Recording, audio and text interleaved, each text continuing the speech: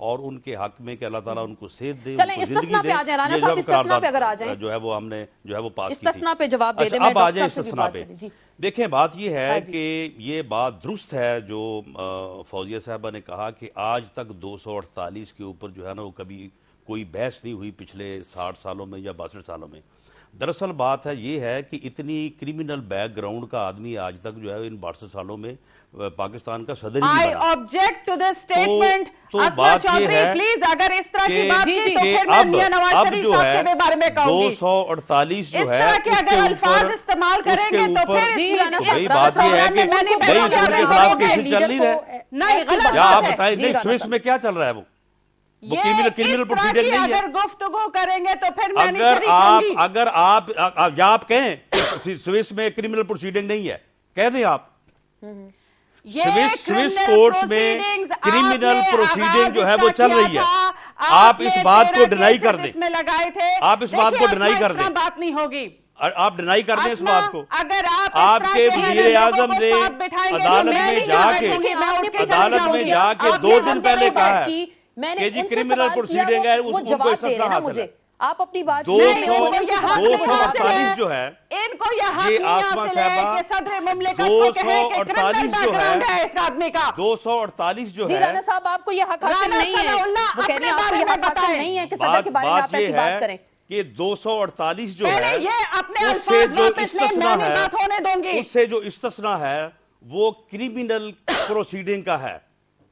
اگر آصف زرداری صاحب کے خلاف سوئس کورٹس میں کرمنل پروسیڈنگ جو ہے وہ نہیں چل رہی تو وہ استثناء کلیم ہی نہیں کر سکتے. اب رہی بات یہ کہ اس بات کا فیصلہ تو سپریم کورٹ کرے گا کہ استثناء حاصل ہے یا نہیں ہے. اور استثناء اگر حاصل ہے تو وہ کرمنل پروسیڈنگ کے اوپر ہے، سول پروسیڈنگ کے اوپر نہیں ہے. یہ تو اپنے الفاظ واپس لے رہے ہیں یا نہیں لے رہے؟ وہ تھوڑا سا آبجیکٹ کر رہی ہیں اس پہ. سن لیں نا میری بات سن لیں. یہ جو ہے یہ تو سپریم کورٹ فیصلہ کرے گا، لیکن کنٹیمپٹ آف کورٹ جو ہے وہ ثابت ہو گیا. وزیر اعظم کے اس سٹینڈ کے اوپر جو ہے وہ جو ہے وہ کرمنل جو پروسیڈنگ ہے وہ ثابت. وہ الفاظ واپس لے رہے ہیں یا نہیں لے رہے؟ تو پھر آپ کے پاس چوائس ہے، میں اٹھ کے چلی جاؤں گی. کون سے الفاظ واپس لیں؟ یہ نہیں ہو سکتا. جی تو بات یہ ہے کہ کنٹیمپٹ آف کورٹ جو ہے وہ ثابت ہو گیا. یعنی وزیر اعظم نے وزیر اعظم کے وکیل نے میں بھی آپ کے خلاف بولنا شروع ہو جاؤں گی اور آپ کے لیڈر کے خلاف. جو آپ اس طرح کی بات نہیں وہ آپ جو شروع ہوگی نا اس کا جواب میرے پاس ہے. میرے پاس اگر آپ شروع ہوگی تو میرے پاس جواب ہے. لیکن ایک بات سن لیں آپ، ایک بات آپ سن لیں. میں یہ کہہ رہا ہوں میں آپ کے پروگرام سے اٹھ کے جا رہی ہوں. جی فوزیہ صاحبہ اگر بات ان کی سن لیں نا، آپ ان کی بات سن لیں. دیکھیں بات یہ ہے کہ اگر کرمنل پروسیڈنگ جو ہے مملکت کے لیے میں نہیں بیٹھوں گی. اگر کرمنل پروسیڈنگ آصف زرداری کے خلاف نہیں ہے تو یہ کس بات کا جو ہے وہ استثناء کلیم کر رہے ہیں؟ بند کرو. چلیں میری بات سن لیں، فوزیہ کو بٹھائیں. جی ڈاکٹر صاحب، آسما صاحبہ بات یہ ہے کہ اگر کرمنل پروسیڈنگ کوشش کریں گے آصف زرداری صاحب کے خلاف نہیں ہے تو استثناء کس بات کی مانگ رہے ہیں؟ ڈاکٹر صاحب میں آپ سے جانا چاہوں گی، استثناء پہ جو بات ہو رہی ہے، فوزیہ اٹھ کے چلی گئی کہ رانا صاحب کو پوائنٹ آف ویو ان کو اچھا نہیں لگا. آپ یہ بتائیں استثناء پہ جب وہ کہہ رہے ہیں کہ آئین کہتا ہے، قانون کہتا ہے 248 پہ استثناء حاصل ہے، تو پھر یہ ڈیبیٹ کیوں چلتی ہے؟ ججز کہتے ہیں کہ آپ ہم سے آ کے استثناء کلیم کریں. بسم اللہ الرحمن الرحیم. آسما اتنا کلیئر یہ معاملہ ہے کہ اس میں کوئی دوسری رائے نہیں ہو سکتی. میں بھی قانون کا ایک طالب علم ہوں، ہائی کورٹ کا ایک وکیل ہوں. میں اور آئین پاکستان کے ساتھ ایک میرا تعلق بحیثیت پارلیمنٹیرین رہا ہے. اتنی واضح یہ بات ہے، یہ آئین کا آرٹیکل 248 ہے. اس میں یہ بات کہتے ہیں کہ کوئی وزیر مملکت یا وزیر یا گورنر ہے اپنے متعلقہ عہدے کے اختیارات استعمال کرنے اور ان کے کارہائے منصبی انجام دینے کی بنا پر یا کسی ایسے فعل کی بنا پر جو ان اختیارات کو استعمال کرتے ہوئے اور کارہائے منصبی ادا کرتے ہوئے کیے گئے ہوں. اس میں یہ بالکل یہ واضح ہے کہ جو بحیثیت صدر اگر کوئی بات، اور اس میں قانون میں یہ بات لکھی جاتی ہے کہ نیک نیتی کے ساتھ اپنے اختیارات استعمال کرتے ہوئے اگر کوئی چیز ہوگی تو اس پہ انہیں عدالتوں میں اس وقت نہیں لے جایا جائے گا. لیکن آگے جو اس کے بعد فوجداری مقدمات ہیں وہ اسی کا تسلسل ہے، وہ اسی میں کہ اس معاملے کے اندر، لیکن یہ قتل کرنے کا لائسنس نہیں ہے، یہ کسی کو گولی مارنے کا لائسنس نہیں ہے، یہ ملک کی دولت کو لوٹنے کا لائسنس نہیں ہے، یہ اس طرح کی بات نہیں ہے کہ جو چاہے کوئی کرتا چلا جائے اور اس کو استثناء حاصل ہے۔ یہ آئین کے دو اور معاملات سے متضاد ہے۔ قرارداد مقاصد جو آئین کا ایک مستقل آپریٹو کلاز ہے، اس کے اندر بھی قانون کی نظر میں برابری کا لفظ لکھا ہوا ہے۔ برابری ہے پراچی صاحب، برابری کی بات ہے، لیکن پھر اعتراض یہ کر رہے ہیں نا کہ پارلیمنٹ نے ریوزٹ کیا تمام جو 1973 کا آئین تھا 18ویں ترمیم میں، اس پہ 248 کو بدلا کیوں نہیں؟ آئین سے اسلام سے متصادم تھا۔ اب بات سن لیں، آرٹیکل 225 ہے جس کے اندر یہ ہے کہ قانون کی نظر میں تمام شہری برابر ہیں۔ زرداری صاحب پاکستان کے اگر شہری ہیں، اگر پاکستان کے شہری ہیں تو وہ قانون کی نظر میں برابر ہیں، اگر نہیں شہری تو پھر ان کا معاملہ ایک الگ ہوگا۔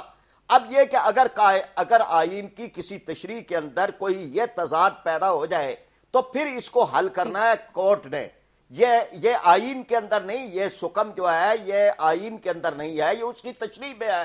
اگر وہ تشریح جو ہے وہ آئین کے آرٹیکل کے ساتھ متصادم ہوتی ہے تو آئین سپریم کورٹ کو یہ حق حاصل ہے کہ وہ اس کی تشریح کرے۔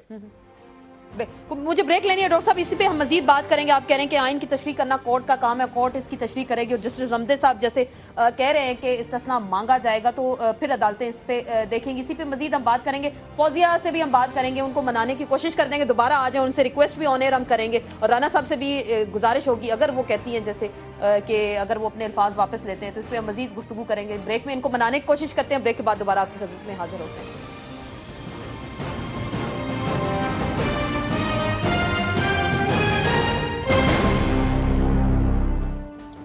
جی ناظرین، بریک کے بعد ایک بار پھر آپ کو خوش آمدید کہتے ہیں۔ بریک میں ہم نے کوشش کی فوزیہ وہاب صاحبہ کو منانے کی، وہ واپس آ گئی ہیں۔ ان کو یہ اعتراض تھا کہ رانا صاحب نے جو الفاظ استعمال کیے وہ واپس لیں، اور ہم کوشش کریں گے کہ دونوں سے کہ ہم جو ٹاپک ہے اس پہ بیٹھ کر بات کریں۔ فوزیہ، آپ کو ڈسکشن میں ایک بار پھر ویلکم کہتے ہیں، آپ ہمارے ساتھ موجود ہیں؟ نہیں، پہلے یہ رانا ثناء اللہ صاحب کو یہ کہنا پڑے گا کہ یہ الفاظ میں نہیں استعمال کروں گا، آئی ٹیک مائی ورڈز بیک۔ یہ اس طرح کے الفاظ، نازیبا الفاظ، یہ صدر مملکت کے لیے استعمال کریں گے تو اتنے ہی نازیبا الفاظ میں ان کے لیڈر کے لیے استعمال کروں گی۔ پلیز فوزیہ، آپ ان کو اب سن لیں، اب آپ ان کو سن لیں وہ کیا کہنا چاہ رہے ہیں۔ جی رانا صاحب آپ بتائیے۔ اب آپ دیکھیں، بات یہ ہے کہ جو آرٹیکل 248 ہے اس کے تحت اگر کسی پریزیڈنٹ کو کوئی جو بیک گراؤنڈ ہے، یعنی صدر بننے سے پہلے اس کے خلاف اگر کوئی کرمنل پروسیڈنگ ہو تو وہ رک جاتی ہے، اور اس کے آفس کے دوران جو ہے وہ اس کے خلاف کرمنل پروسیڈنگ جو ہے وہ انیشیٹ نہیں ہو سکتی۔ میں نے یہی کہا ہے کہ اب تک جتنے بھی پریزیڈنٹ پچھلے 60، 62، 64 سالوں میں آئے ہیں، ان کی بیک گراؤنڈ میں کوئی کرمنل پروسیڈنگ ان کے خلاف نہیں چل رہی تھی، اس لیے 248 کے اوپر کوئی ڈسکشن نہیں ہوئی پچھلے 62 سالوں میں۔ زرداری صاحب کے خلاف ملک کے اندر بھی اور سوئس کورٹس ہیں وہاں پہ کرمنل جو پروسیڈنگ ہے اس کی بیک گراؤنڈ ہے، اور اسی سے استثناء یہ مانگ رہے ہیں۔ اب وہ جو یعنی کرمنل کیسز ان کے خلاف ہیں، ان کیسز کے کو یہ کہیں کہ وہ درست نہیں ہے، وہ صحیح نہیں ہے، وہ ایک علیحدہ بات ہے، لیکن کرمنل پروسیڈنگ ان کے خلاف ہے اور اسی سے یہ استثناء مانگ رہے ہیں۔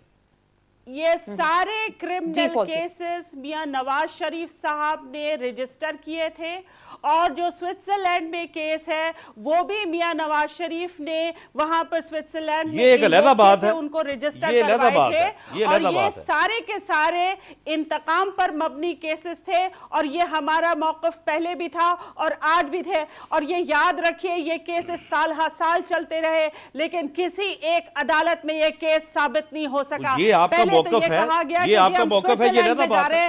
سوئٹزرلینڈ میں 10 سال تک وہ کیس چلتا رہا، وہاں پر کوئی یہ ایویڈنس پروڈیوس نہیں کر سکے، بلکہ پاکستان کا اپنا زر مبادلہ ایک ایسے کیس میں ضائع ہوا، لوگوں کے غریب عوام آسماء ان سے یہ پوچھ لیں کہ وہ جو 6 کروڑ ڈالر، بڑے تحمل سے سکسیس سن رہے ہیں۔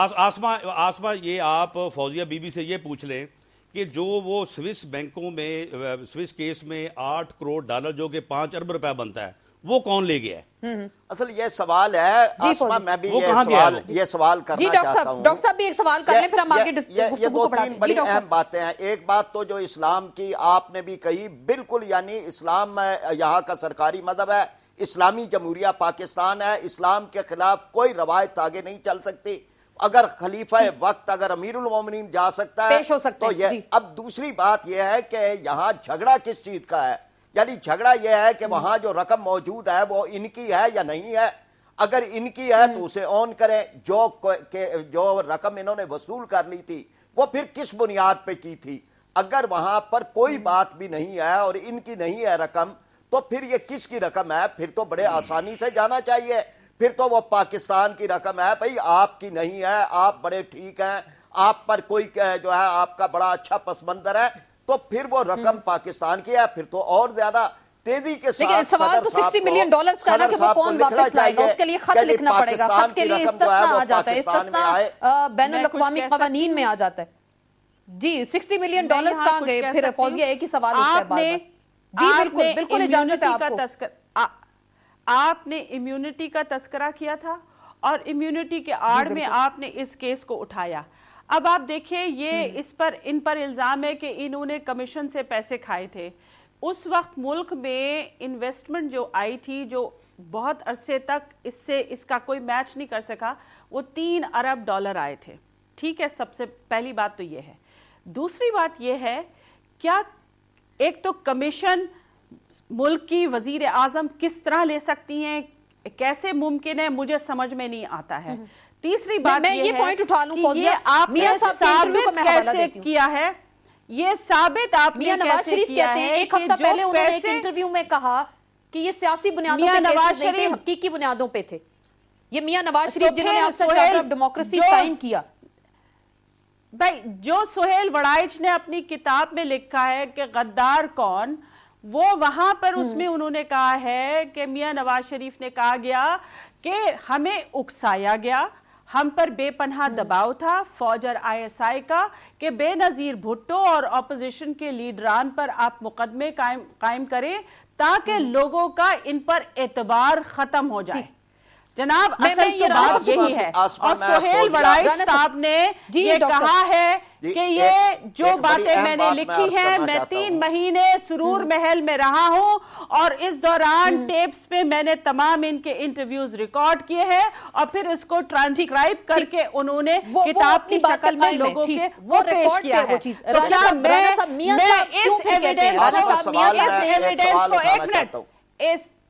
اس ایویڈنس کو میاں صاحب نے انکار کیا ہے، تردید کی ہے؟ پہلے مجھے یہ بتا دیں. چلیں یہ ایک بڑا اس کا جواب لیتے ہیں. ڈاکٹر صاحب کچھ کہنا چاہ رہے ہیں؟ میں رانا صاحب سے سوال کرتی ہوں. ڈاکٹر صاحب ان کے لیے بڑا اچھا موقع ہے کہ اگر میاں نواز شریف نے جھوٹے کیس بنائے تھے تو یہ تو خود کہیں، پیشکش کریں کہ بھائی یہ ملک کی عدالت نہیں، باہر کی عدالت ہے، یہ تو انصاف کرے گی، اور وہاں پر یہ میاں نواز شریف کو جھوٹا ثابت کروائیں تاکہ یہاں پر جو دودھ اور پانی الگ الگ ہو جائے. آپ نے کچھ بھی نہیں کیا، میاں نواز شریف نے یہ کر دیا تھا، تو تب بھی یہ پتہ چل جائے اور رقم تو کم از کم واپس آئے، چاہے وہ میاں نواز شریف کا غلط کیسز تھے یا آپ کے صحیح تھے. رقم تو پاکستان کی ہے، وہ واپس آنی میاں صاحب چاہیے. وہ سہیل وڑائچ کی بک کا حوالہ دیا جاتا ہے، اس میں کہتے ہیں کہ غلط کیسز تھے. اب میاں صاحب مختلف انٹرویوز میں کہہ رہے ہیں سیاسی بنیادوں پہ بنائے گئے کیسز نہیں تھے، حقیقی کیسز تھے، اور یہ بات وہ کہہ رہے ہیں کہ ثابت ہو چکی ہے مختلف کمپنیز کے تھرو. تو پھر کون سا بیان میاں صاحب کا ٹھیک ہے؟ وہ بک والا ٹھیک ہے یا جو ابھی آج کل کے دور میں جو بیانات دے رہے ہیں وہ درست ہیں ان کے؟ دیکھیں، جہاں تک میاں نواز شریف صاحب کا جو انٹرویو سہیل وڑائچ صاحب کو انہوں نے دیا، وہ بالکل وہ درست ہے جو سہیل وڑائچ صاحب نے لکھا، اور میاں صاحب نے یہ بات اس وقت کی کہ یہ جو کیسز بنائے گئے تھے، ان کیسز کو بنائے جانے میں کچھ اور لوگوں کا، کچھ ایجنسیز کا بھی جو ہے وہ عمل دخل تھا. عمل دخل کیا تھا کہ انہوں نے کہا کہ جی دیکھیں یہ اس قسم کی کرپشن ہوئی ہے، یہ ہوا ہے، وہ ہوا ہے، تو آپ اس کو جو ہے اس کو اٹھائیں. اب دیکھیں، اب اس وقت معاملہ یہ ہے کہ جھگڑا یہ نہیں ہے.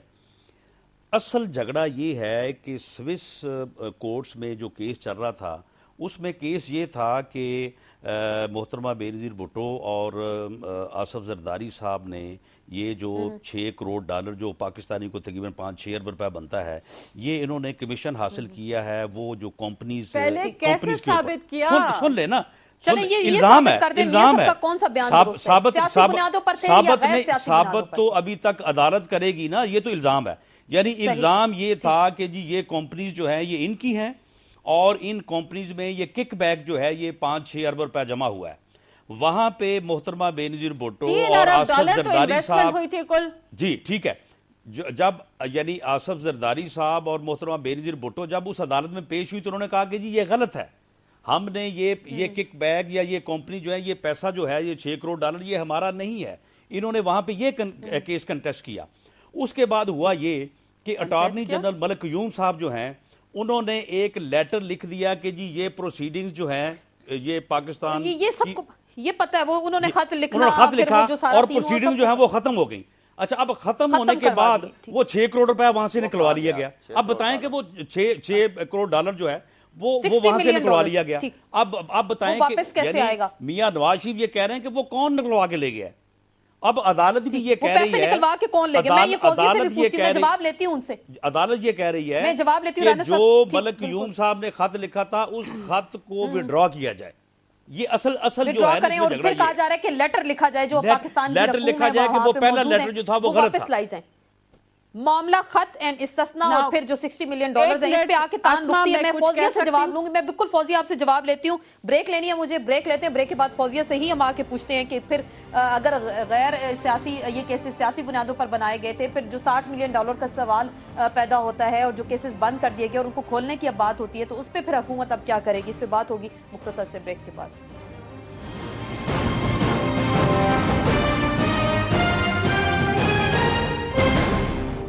جی ناظرین، بریک کے بعد ایک بار پھر آپ کو خوش آمدید کہتے ہیں. بات ہو رہی ہے استثناء کے حوالے سے پاکستان کی سیاست میں 2 آرٹیکلز کا بہت زیادہ ذکر کیا جا رہا ہے. آرٹیکل 248(2) جس میں صدر اور گورنرز کو استثناء حاصل ہوتا ہے فوجداری مقدمات میں، اور دوسری جانب آرٹیکل 25 کا بھی حوالہ بار بار دیا جاتا ہے کہ تمام شہری جو ہے قانون اور آئین کی نظر میں برابر ہیں. اور پھر جب بات ہوتی ہے $60 ملین کی، چاہے خط لکھے نہ لکھے، اپوزیشن کہتی ہے، سیاسی جماعتیں یہ کہتی ہیں کہ پاکستان کے $60 ملین جو سوئس بینکس میں موجود ہیں واپس لایا جائے. فوزیہ، آپ لوگ یہ کہتے ہیں کہ سیاسی بنیادوں پر کیسز بنائے گئے، دوسری جانب سے جب ہم نے پوائنٹ آف ویو سنا انہوں نے کہا سیاسی بنیادوں پر نہیں تھے، یہ کرپشن تھی، جو پیسہ تھا، کک بیکس تھے، یہ وہاں پہ ان اکاؤنٹس میں موجود ہے. تو پھر اب کریں گے کیا؟ خط چلیں وہ تو معاملہ عدالت میں، $60 ملین کہاں سے واپس آئیں گے؟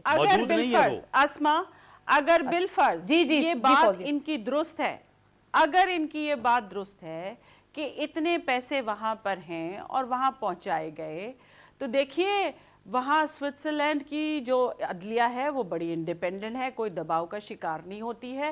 وہاں پر 10 سال یہ مقدمہ چلا ہے اور وہاں پر ہر دفعہ پہلے ڈینیل ڈوو تھا، پھر اس کے بعد کوئی کیا کہتے ہیں ڈینیل زپیلی بھی تھا. ان سب لوگوں نے کوشش کی کہ اس کا کوئی نہ کوئی کنکلوژن نکالیں، لیکن ہاتھ کچھ بھی نہیں آیا کیونکہ یہ پورا کا پورا کیس بیس لیس تھا. اس کے کوئی وجود، اس کی کوئی بنیاد نہیں تھی.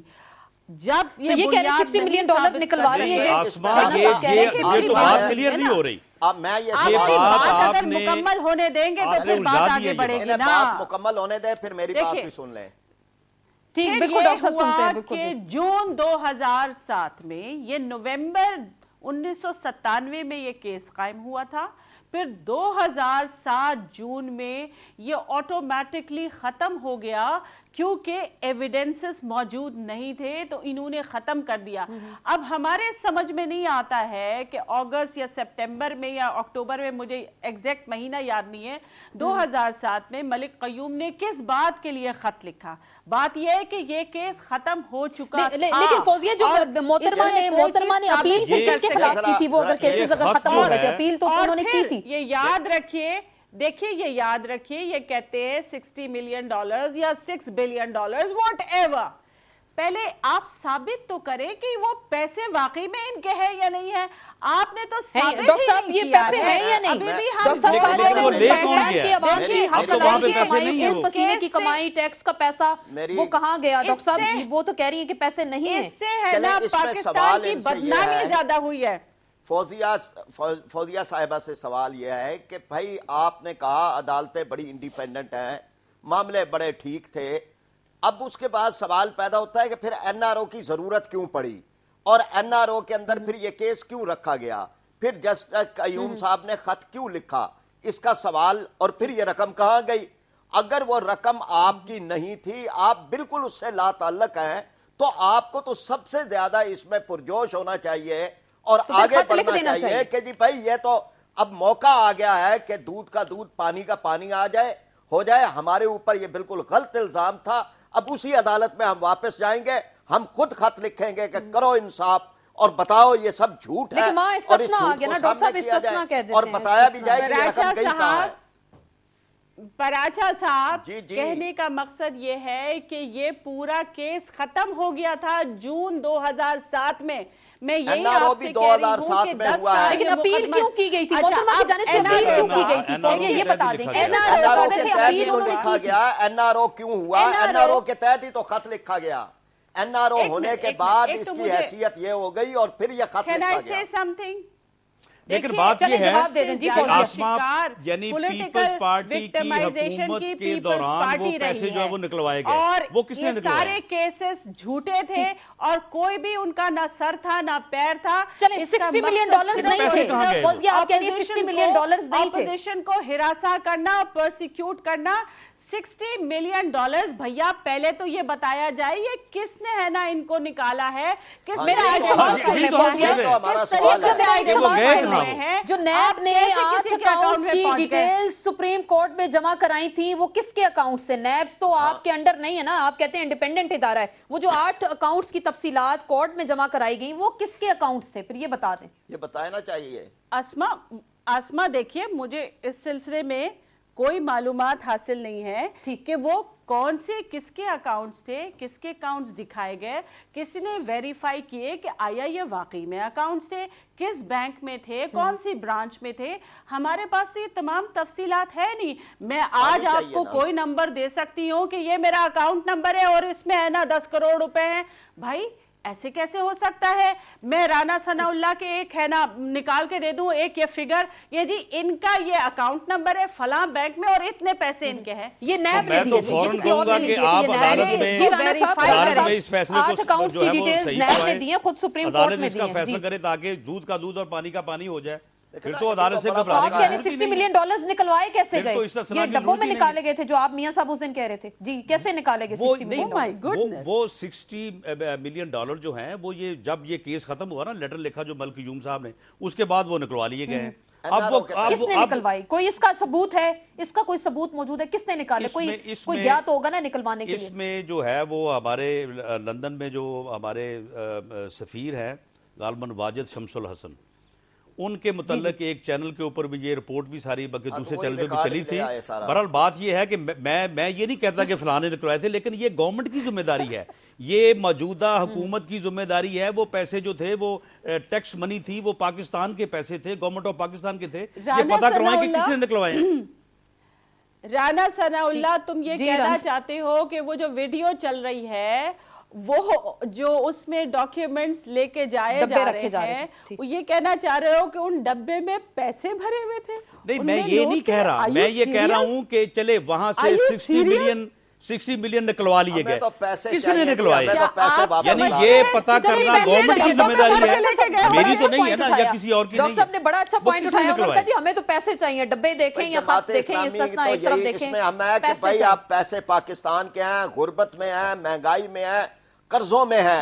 ہمیں اس ملک کے غریب عوام کو گیس کی لوڈ شیڈنگ ہے، بجلی کی لوڈ شیڈنگ ہے، بل آپ کئی گنا بڑھا رہے ہیں، غریب آدمی کو آپ نے مار دیا ہے. چلے یہی پیسے آئیں تو کوئی آکسیجن آپ کی معیشت کو مل جائے. جہاں 3 ارب کے نوٹ آپ روزانہ کے شائع کر رہے ہیں، چھاپ رہے ہیں، تو کچھ نہ کچھ ریلیف تو مل جائے. آپ کے نہیں ہیں، آپ اس سے بالکل بری ذمہ ہے. تو آپ کو تو سب سے زیادہ ایکٹیو ہونا چاہیے کہ یہ رقم آئے پاکستان میں. ٹھیک فوزی صاحبہ آپ تو کہہ رہی رقم ہے ہی نہیں. ثابت کر دیا. میں آپ سے پوچھ رہی ہوں، دیکھیے آسماء بی لاجیکل.